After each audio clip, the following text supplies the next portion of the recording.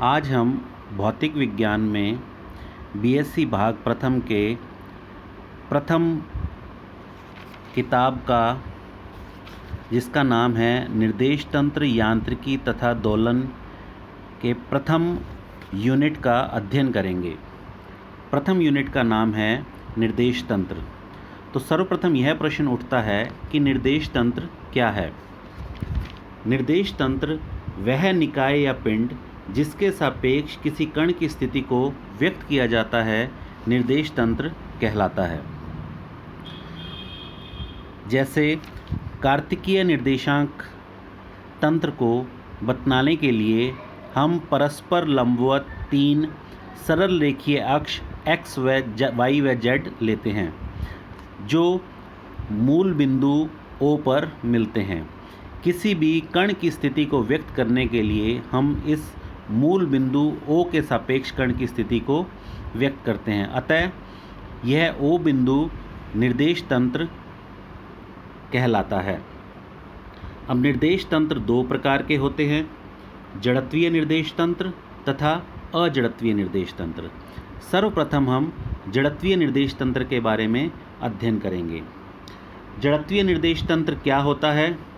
नियत वेग से गति करने वाला तंत्र जड़त्वीय निर्देश तंत्र कहलाता है, अथवा कोई अत्वरित निर्देश तंत्र जिसका त्वरण 0 है, ऐसे निर्देश तंत्र को भी जड़त्वीय निर्देश तंत्र कहते हैं। अथवा वह निर्देश तंत्र जिस पर कोई बाह्य बल कार्य नहीं करता, उसे भी जड़त्वीय निर्देश तंत्र कहते हैं।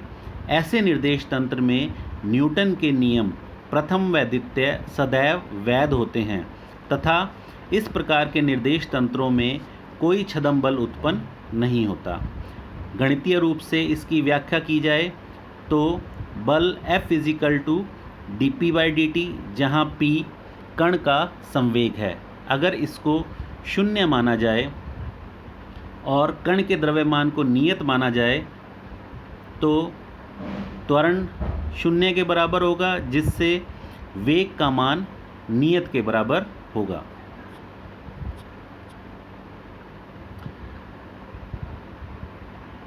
अगला टॉपिक है गैलीलियन रूपांतरण। एक जड़त्वीय निर्देश तंत्र के सापेक्ष यदि दूसरा जड़त्वीय निर्देश तंत्र के कण की स्थिति, वेग, त्वरण इत्यादि भौतिक राशियों को ज्ञात करने के लिए जिस रूपांतरण संबंधों का उपयोग किया जाता है, उसे गैलीलियन रूपांतरण संबंध कहते हैं। माना 2 निर्देश तंत्र S तथा S' प्रारंभिक रूप से t = 0 पर एक दूसरे से संपातित हो रहे हैं। t = 0 पर S' निर्देश तंत्र नियत वेग v से x अक्ष के समानांतर गति करना प्रारंभ करता है। तो किसी समय t के पश्चात उपरोक्त चित्रानुसार वस्तु की स्थिति होगी।